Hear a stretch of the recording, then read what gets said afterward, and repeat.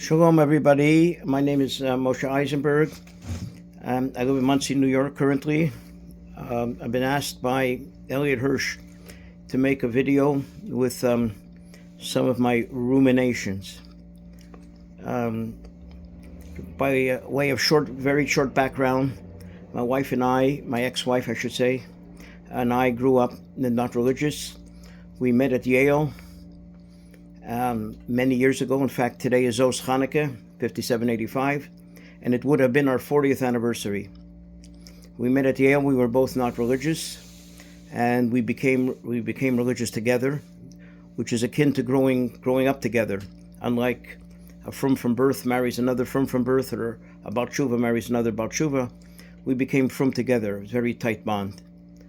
We had 8 children.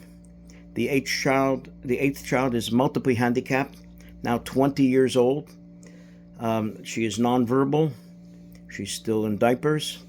She is incapable of doing any of the daily activities of daily personal activity, daily activities of daily living, they call it ADL. She can't dress herself, bathe herself, or feed herself or anything like that. And I have her full time, as a matter of fact, right now. At 20-year-old girl, diapers and so on. Anyway, okay, so we became frum. The 8th child was a lot of stress. And the ex-wife, her name is Shoshana, she walked out 10 years ago from the stress. As an aside, there is the Square Rebbe, the Rebbe of New Square. Generally, he's lessening it a little bit, but he generally does not allow his people to bring home a Down child because of the tremendous stress and the predictable high rate of divorce because of that. Of course, we knew nothing about that. We chose Lubavitch as a derech, and we knew nothing about that. And we kept this child, whatever. So she walked out 10 years ago, and she filed for divorce, and she has a civil divorce, complete civil divorce. And we've been battling about a get, of course, for years now. Flatbush Girl made a famous video about me, mostly lies, by the way, as most of her videos are. They're slanderous, they're lies. And there's many poskim that say such a video, including the Balatanya, the Alter Rebbe says, such videos that shame a man create an invalid get. And he said that 200 years ago before the internet and so on. Okay, so we're battling over a get. All right. So a general observation, obviously people tend to associate with others in the same predicament. You make groups and so on. I've met a lot of men online and in person in similar situations. Generally younger than me, but there is a concept of gray divorce now as well. Gray divorce, very high, the highest, the group that has the fastest rising rates of divorce are what's called the great divorce. People in their 50s and 60s, okay, like we are.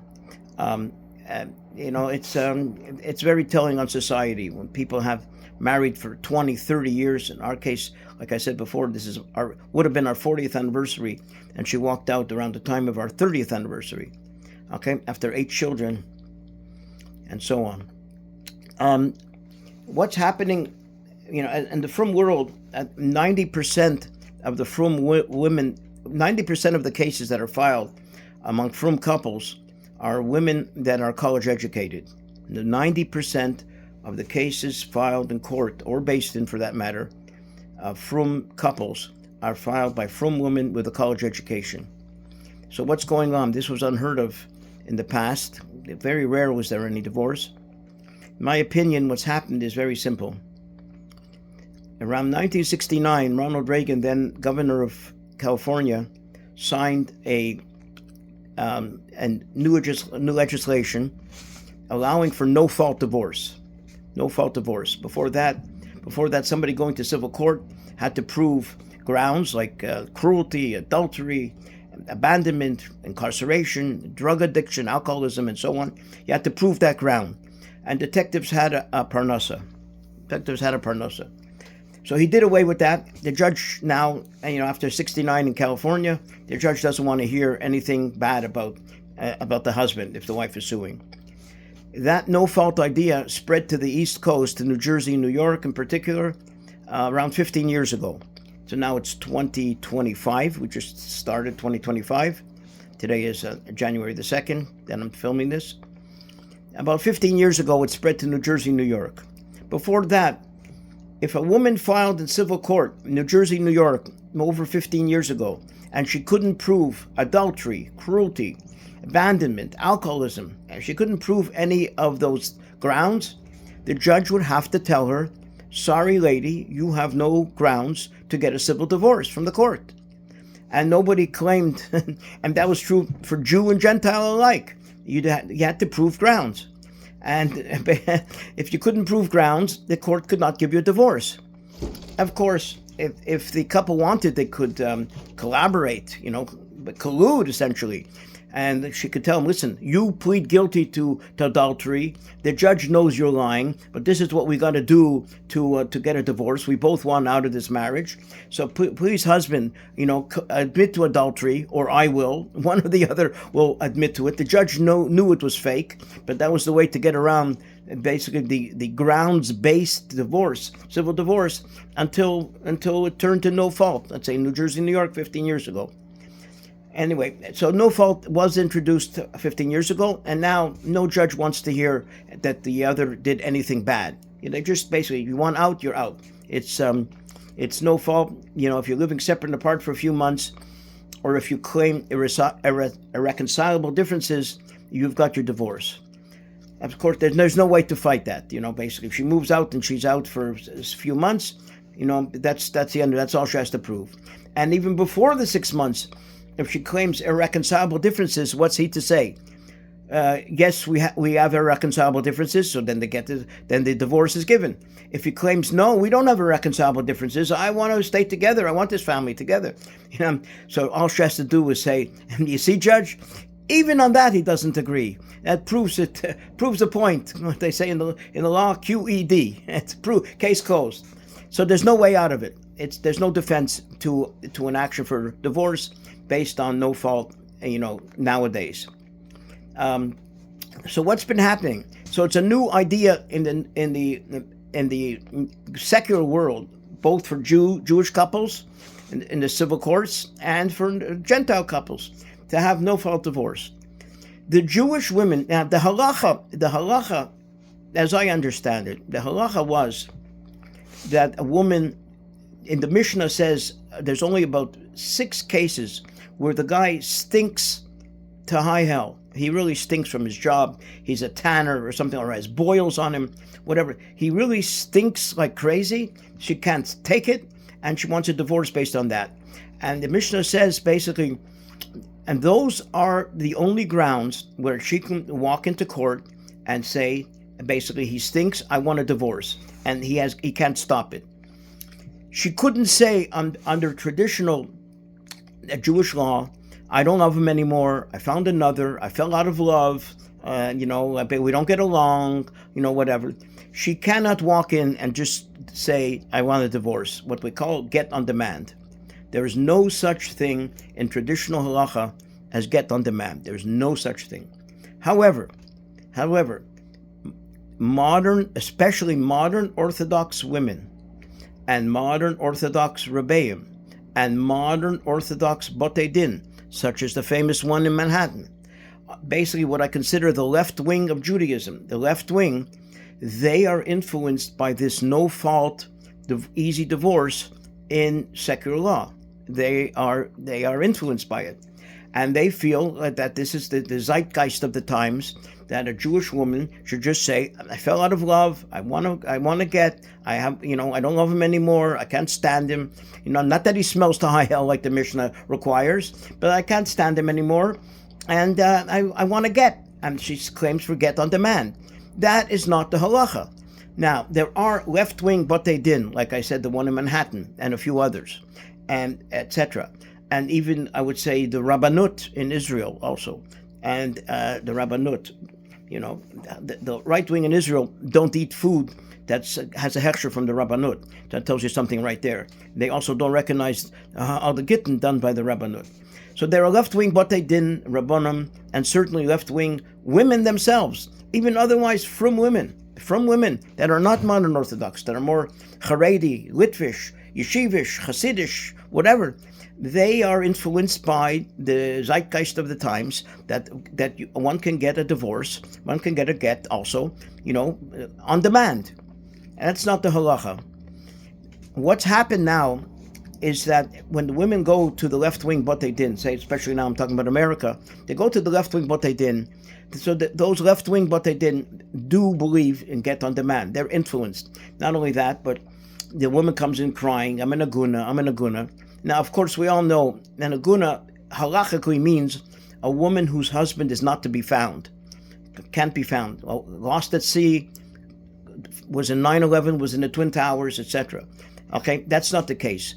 The modern women who call themselves a guna, aura notwithstanding aura, okay, they are not a gunas. They simply want to get on demand, and the husband is not willing. Now it's Hashem Himself who gave men the power to give a get. Like it's Hashem Himself who gave the men the power to marry a woman. She can't marry him. He marries her and she consents. He has to give the get and she has to consent. She can refuse, and I'm told in Eretz Yisrael by the main Beis Din in Yerushalayim, 50% of the cases where one of the spouses refuses a get is the woman. She can refuse just as easily as he can refuse to give it. She can refuse to accept it, and it's 50% of the cases. It takes both of them to agree, really halachically, for a get to happen. Now, of course, there are men who abuse this. Say, sure, honey, I'll give you a get. Give me $1 million. Give me the house. Give me everything. And those men are bad men. They were bad maybe during the marriage, and they're certainly now bad after the marriage by employing extortion. Extortion is not to be tolerated.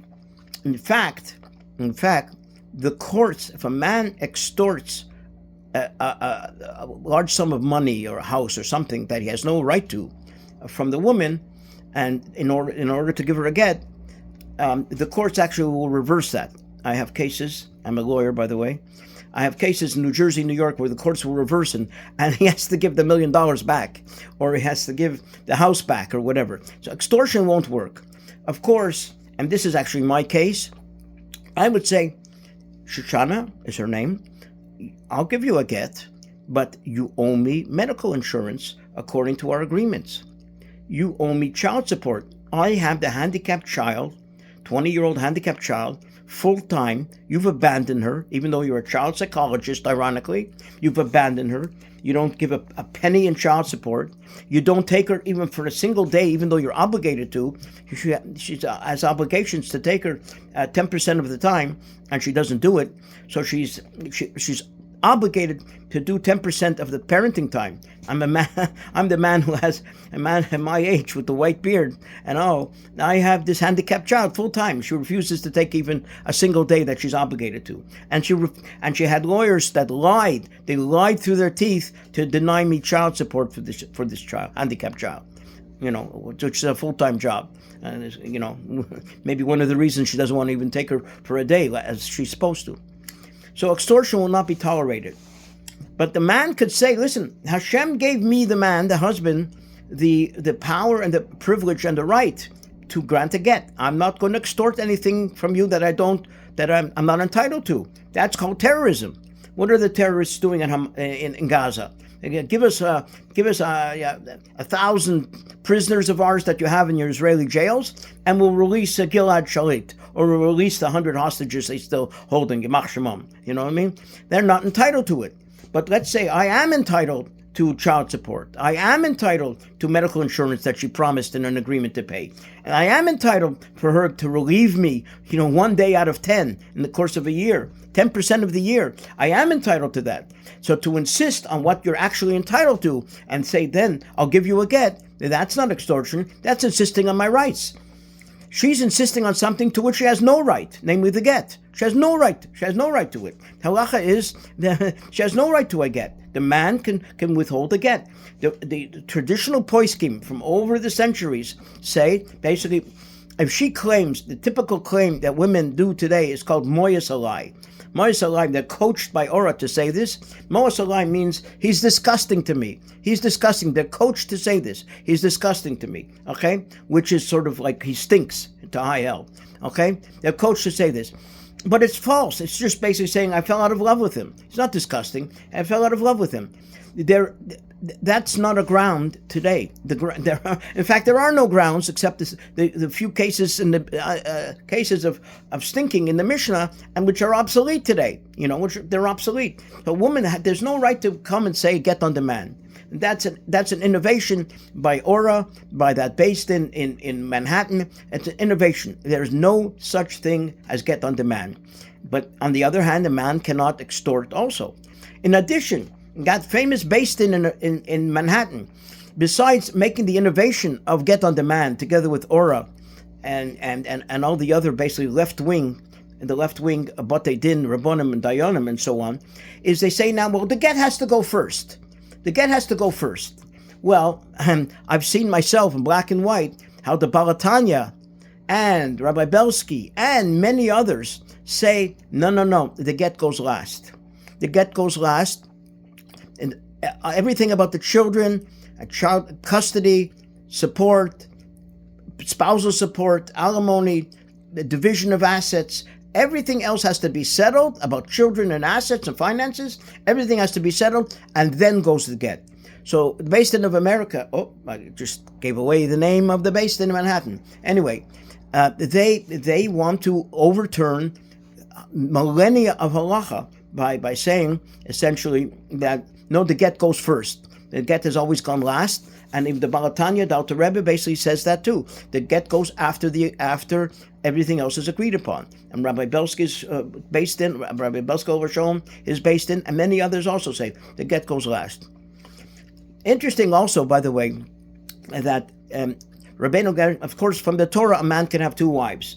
And Rabbeinu Gershon basically overruled that over 1,000 years ago. And he said basically, number one, he made two takonas. One is that Ashkenazi men cannot have two wives. And also he made a takona because before Rabbeinu Gershon, a man could force a get on a woman against her will. In the days before food stamps, in the days before women had a parnasa, in the days before women, could earn a nice living. Over 50% of college students are now women. So women earn if they're working, they earn as much as men. Some will argue on that, and some will argue that there's still a glass ceiling and so on. But in any case, women have careers as well as same as men, and they can earn the same as men. Even if there are exceptions where women are paid less illegally. All right, but. So he made that takona that you can't force a get against a woman. Okay, and that's been the case for 1,000 years.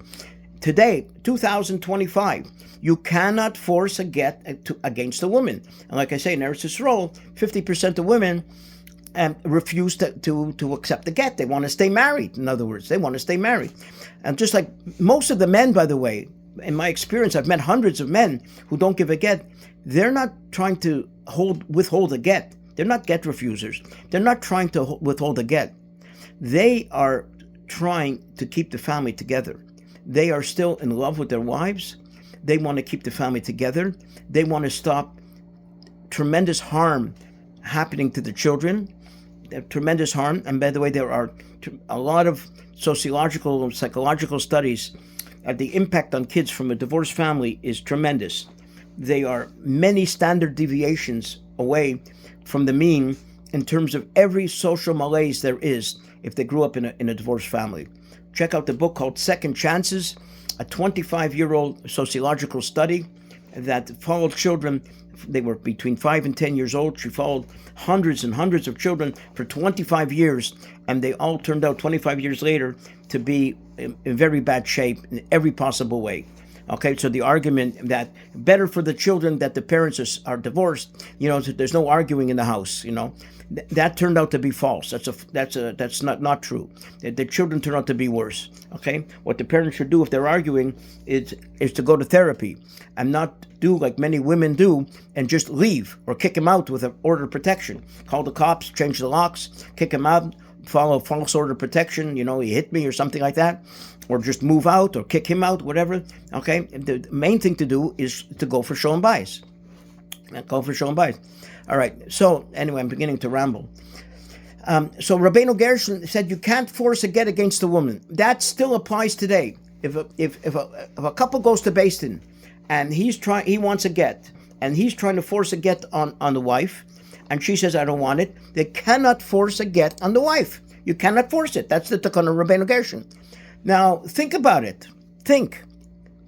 When women today, the frum, modern, leaning left women say, I want to get on demand, they are saying we're going to force a get out of him.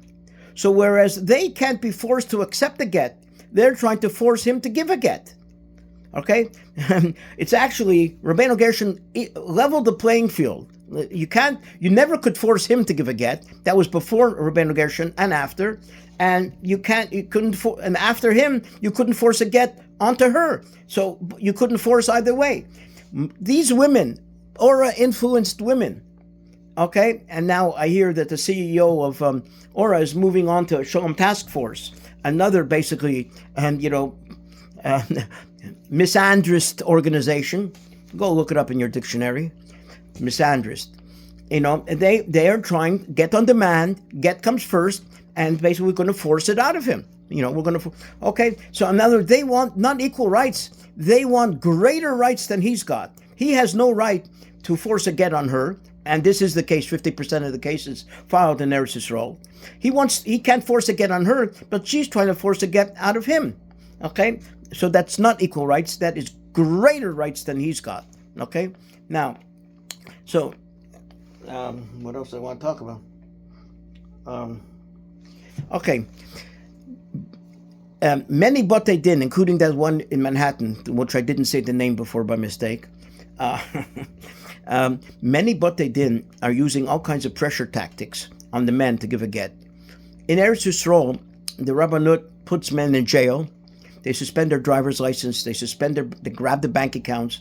If you're an American tourist and you haven't given a get and you come to Israel as a tourist, they could put you in jail or take away your passport so you can't leave the country, and no exit order. And they did that to the Tosher Rebbe recently. That was the first case ever where they did that to someone, not the husband. They did that to the Tosher Rebbe who signed on a heter mei rabbanim for a man. So he wasn't even the husband. He just signed, or he endorsed it, or he was Sadar Kedushin on the second wedding, okay, under a heter mei rabbanim. They jailed. They didn't let him out of the country. So that's coercion. Now, the right-wing Batei Din and traditional halacha says that is a get ma'usa. Get ma'usa means coerced, and a coerced get is invalid. So the Rabbanut in Eretz Yisrael and the left-wing Batei Din in Chutz La'aretz, in America, let's say, have no qualms about forcing a get. Okay?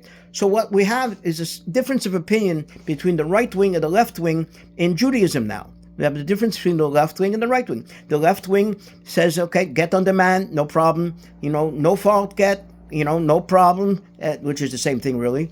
We could force him with no exit orders, with jail, with threats, huge monetary fines and so on, no problem.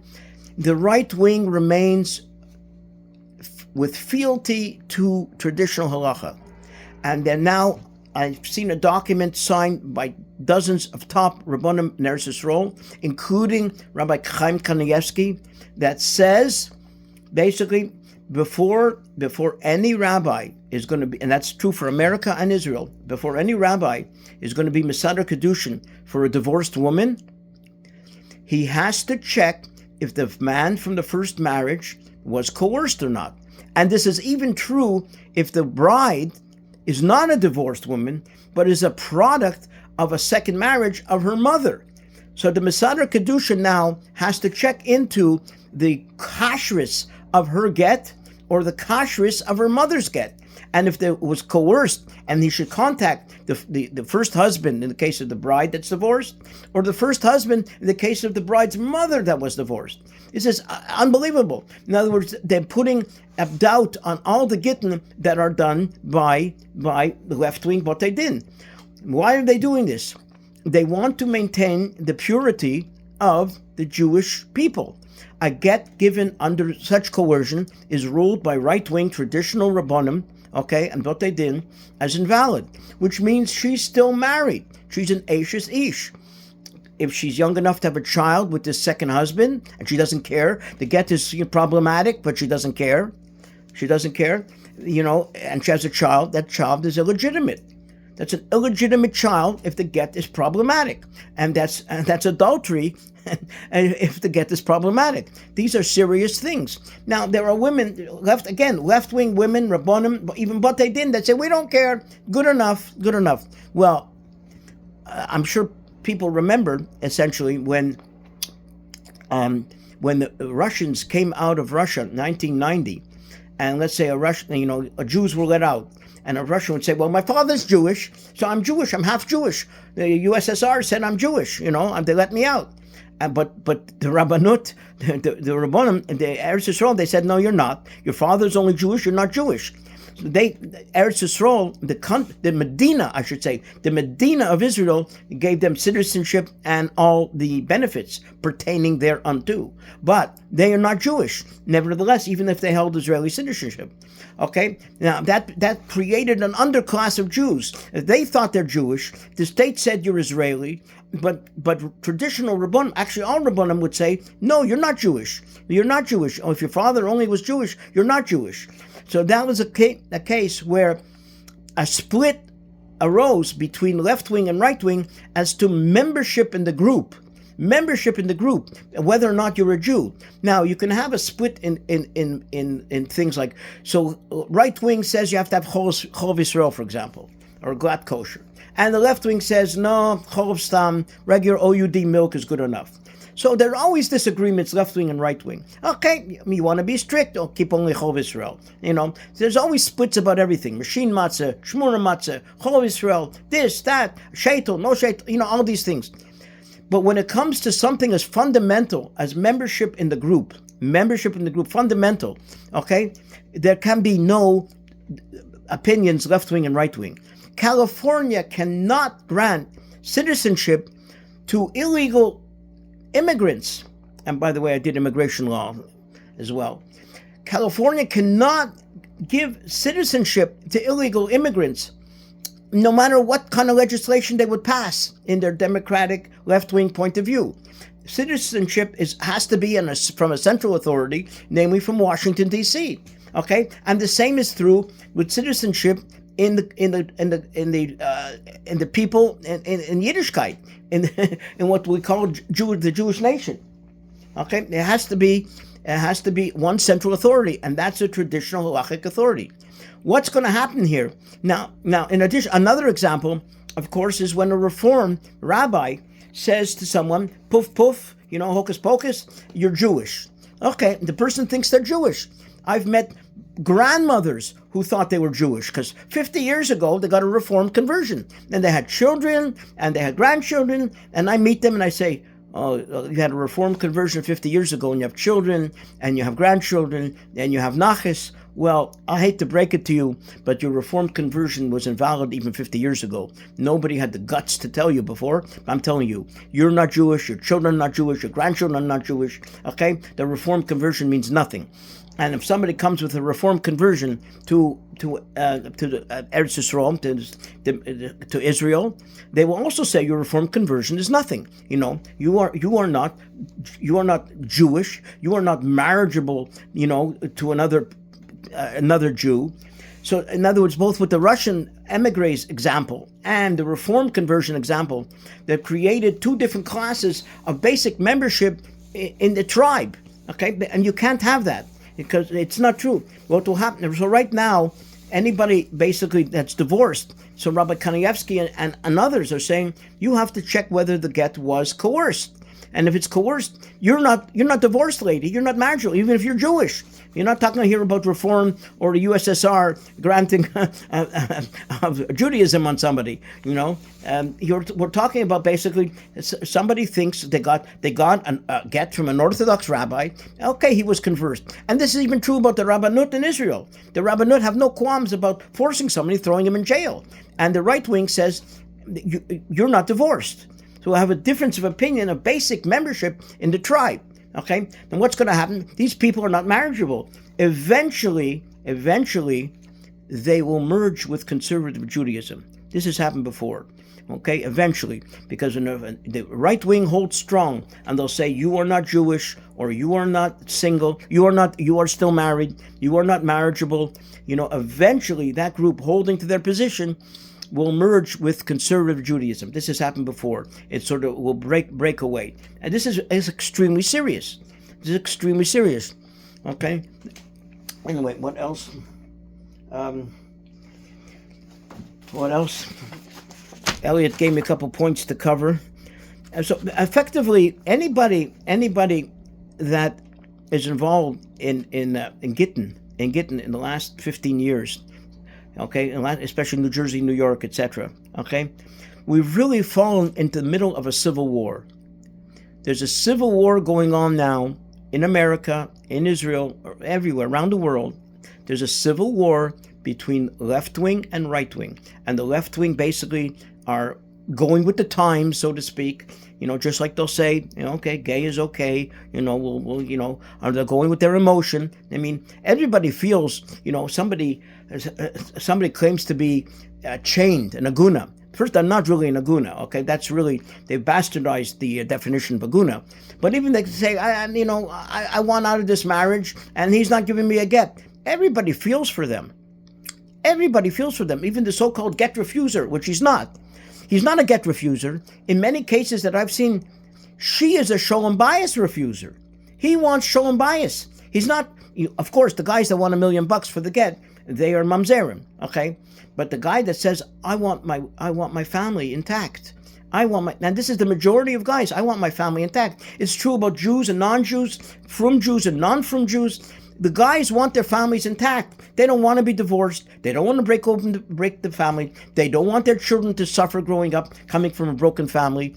They want their families intact. They're not get refusers. She is a shalom bayis refuser. If he wants shalom bayis, she's a shalom bayis refuser. And that's the slogan that should be put up there by an organization comparable to Aura. But the men don't have it together like the women have it. And also, of course, the zeitgeist of the times is to pity the underdog. And the women are the perceived underdogs. Oh, poor woman, she wants out of the marriage, she's an aguna, she can't get... No, she's breaking up the family, she's causing harm to her children, statistically proven, okay? She's causing harm to her children, and she had no reason. Most of these guys are decent guys, but, women are selfish. They're selfish. They concentrate on what's good for me. What's in it for me? What's good for me? I'm not happy. What's in it for me? Well, the traditional Jewish way, and I was raised by European parents, and European parents don't look at what's good for me. They look at what's good for the other person, whether it's the spouse, the children, or just society at large. They're looking for what's good for the other person. Like it says in Pirkei Avos, basically, if I'm not for me, if I'm only for me, what am I? I have to be for the other. And as Kennedy even said, don't ask what your state, don't ask what your based in could do for you. Ask what you can do for your spouse or or your children. Women in the West are selfish. It's the selfishness that is driving this thing to the high rate of divorce lately. Astronomical high rate of divorce, with an eye over to the secular women who have these no-fault divorces, easy divorce, and they get the money, they get the child support, they stay in the house, and they kick him out. And he was a good man. But they're selfish, whatever it was. And even if he was imperfect, no doubt, if he's imperfect, she's imperfect. And that degree of imperfection doesn't warrant breaking up a marriage and a family and damaging children anyway. It can be fixed up. And most of these women don't even try, and this was true in my case as well, they don't even have 1 minute of professional therapy before walking out. And this is true in my case too. Not 1 minute, and from a psychologist yet, PhD psychologist, a career I enabled by raising 8 children. Okay, not 1 minute of professional therapy before she walked out, contrary to the implications in Flatbush Girls video from 2 years ago. Okay, so it's a civil war, and it's very sad. It's this whole generation, these children, and the rate keeps on going up and up. These children are growing up with tremendous trauma, mommy and daddy, and then there's parental alienation. In my case, it's wholesale, even from adult children. Wholesale parental alienation. In the case of younger men, basically the women are manipulating the children to alienate the father, or the fathers hardly have any time with the children. They've just been blindsided by a woman who walked out, and all of a sudden they're fighting in court, and they don't see their children, and their income has to maintain 2 residences and so on. Okay. Anyway, I think that's enough for now. We've gone 35 minutes. Now you've heard some of my opinions, my take on the situation. It's a very sad state, especially in the frum world. Especially in the frum world, a very sad state. The high rate of divorce, the impact on the children, and the bending of halacha, breaking of halacha by the left, what I'm calling the left wing of Rabbonim, Dayanim, Batei Din, and women all run to the same pro-women kangaroo court based in. The outcome is a guarantee. That always 100% of the cases are for the women, 100%. Where halacha was not like that. In halacha, you had to prove grounds. Like I say, you had to prove grounds, but they're influenced by the times, either TV if they're watching TV, or social media, or whatever. Hollywood basically, and that no grounds needed, or irreconcilable differences. That's not the case in halacha. That's not the case. Okay, that's not the case. Mos alai, it's disgusting to me, is not a ground for a divorce. Anyway, I wish everybody well. It's Zos Chanukah. It's a auspicious time. Today also would have been our 40th anniversary. Imagine.